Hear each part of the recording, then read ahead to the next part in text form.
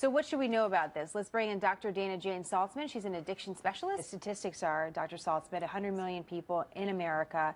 So basically 1 out of 3 of us living with some sort of chronic pain.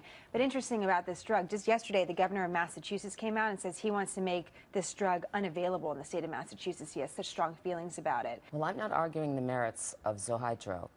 What I feel is that it's setting the clock back to the days of crushable OxyContin, which is a formulation that can be shot intravenously and it can be snorted. So it has a high value on the street. After OxyContin came out in 1996 is when the drug epidemic really surged in this country.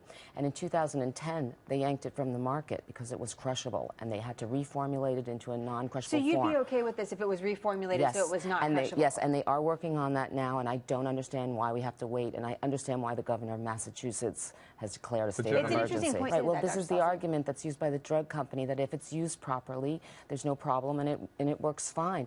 But the fact is, and all the politicians in about 7 states are trying to yank this drug from the market because it isn't used properly, and it won't be used properly only by a small minority. And right now there are drugs that are stronger than Zohydro on the market. Is it really about the drugs that are available on the market, or is it the way that we're treating addiction that we should be really focused on?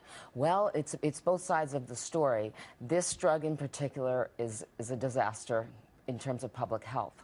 And I'm on the front lines. I treat opioid addiction. So I see the damage that it causes in families, individuals. Well, it's interesting, 2 sides of the coin here, whether the drug needs to be available to the people that need it or whether or not it poses too much of a risk as well to the community. It's great to have the debate, and that's what the politicians are talking about. Yeah, they certainly are. We'll see what happens. Thank you both. Appreciate it.